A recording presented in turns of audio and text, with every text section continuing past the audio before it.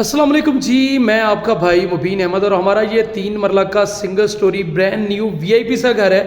इस टाइम हम इस करके गराज में हैं जहाँ पर आपको ओपन स्टाइल में किचन मिलेगा। गराज से सीढ़ियाँ फर्स्ट फ्लोर के लिए सेपरेट सीलिंग के डिज़ाइन इस घर में आपको बड़े खूबसूरत से मिलने वाले हैं। 2 बेडरूम मिलेंगे, दोनों आपको विद अटैच बाथ के साथ मिलेंगे।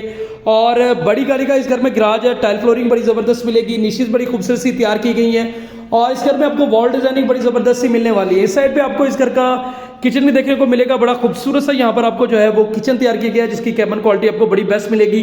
और आप यहाँ पर देख सकते हैं कि इजीली आपकी अगर बड़ी गाड़ी भी है तो वो इजीली यहाँ पर पार्क हो सकती है।